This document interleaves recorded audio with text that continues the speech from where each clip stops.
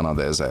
Këtu përfshihen 11 fonde pensionale, 8 banka, 7 kompani sigurimesh dhe 85 menaxher investimesh.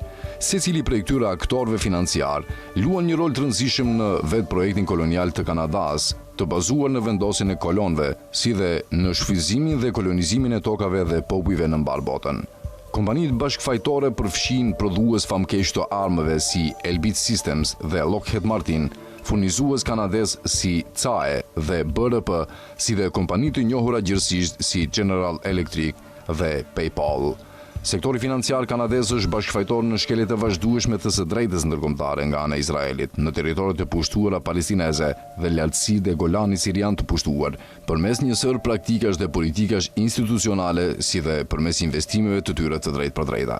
Në një analizë fillestare të raportit vjetor 2026 të Bordit të Investimeve të Planit Pensioneve të Kanadas, organizata Just Peace Advocates ka identifikuar mbi $54 miliard kanadez investime në kompani që janë bashkëfajtore në pushtimin e paligjshëm të tokës, si të investon kontributet e miliona individëve në Kanada.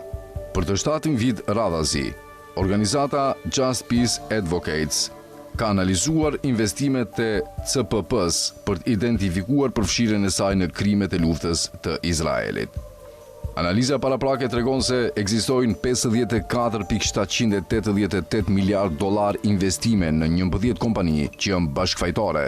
Këto kompani janë të përfshira në një ose më shumë prej aktiviteteve të mëposhtme: prodhimin, furnizimin ose mbështetjen ushtarake për armë, shërbime ose furnizime të sigurisë, pajisje ndërtimore, materiale ose shërbime për shembjen apo shkatrimin e tokës ose pronave të pushtuara, shërbime ose infrastruktura që mbështesin mirëmbajtjen e vendbanimeve koloniale, shfrytëzimin e burimeve natyrore në territoret e pushtuara, ofrimin e shërbimeve bankare, financiare ose mbështetje financiare, pajisje, materiale ose mbështetje për mbikëqyrje dhe identifikim.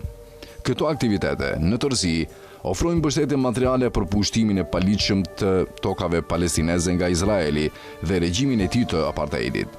Veçanërisht, CPP ka investuar në 21 kompani të reja në të cilat nuk kishte pasur zotrime aksionesh gjatë 2 viteve të mëparshme fiskale. 14 prej këtyre kompanive, ose 66%, janë kompani izraelite që mbështesin në mënyrë aktive pushtimin e paligjshëm të tokave palestineze nga Izraeli, regjimin e apartheidit dhe gjenocidin. Në total, CPP ka $863 milion investime në kompani izraelite bashkëfajtore. Kjo përfshin të paktën 5 banka izraelite që financojnë drejt për drejt krimet e luftës së Izraelit. Gjithashtu, përfshin edhe Azrieli Group, një kompani izraelite e pasurive të paluajtshme me lidhje të thella kanadeze, përfshir Azrieli Foundation, e cila merr pjesë në rrjetin e bamirësisë Canada to Israel Charity Pipeline.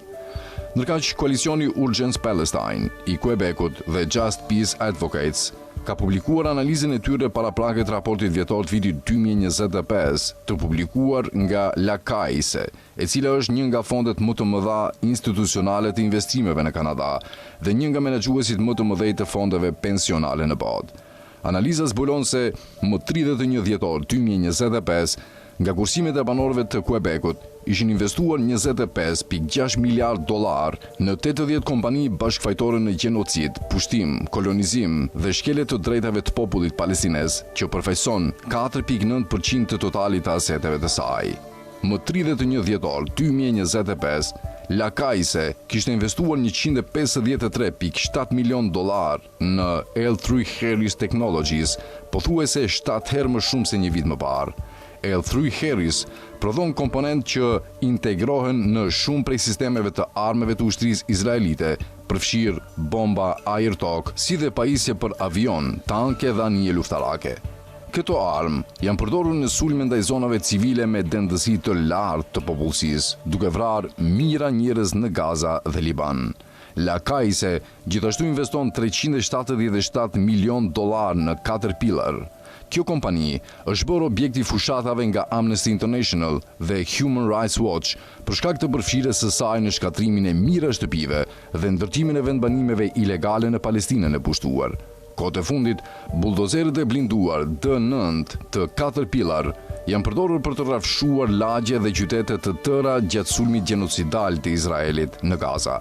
Lakais është aksionari më i madh i WSP, një kompani shumë kombësh e inxhinierisë dhe konsulencës me bazë në Quebec, me një investim prej 4.6 miliard dollarësh në vitin 2025. Për shumë vite, WSP ka qenë bashkëfajtore në krimet që lidhen me mirëmbajtjen dhe zgjerimin e vendbanimeve ilegale izraelite në bregun perëndimor të pushtuar. Deri vonë, ajo mbikëqyrte drejt për drejt ndërtimin e zgjerimit të hekurudhës së lehtë të Jerusalemit drejt vendbanimeve ilegale izraelite në Jerusalemin lindor.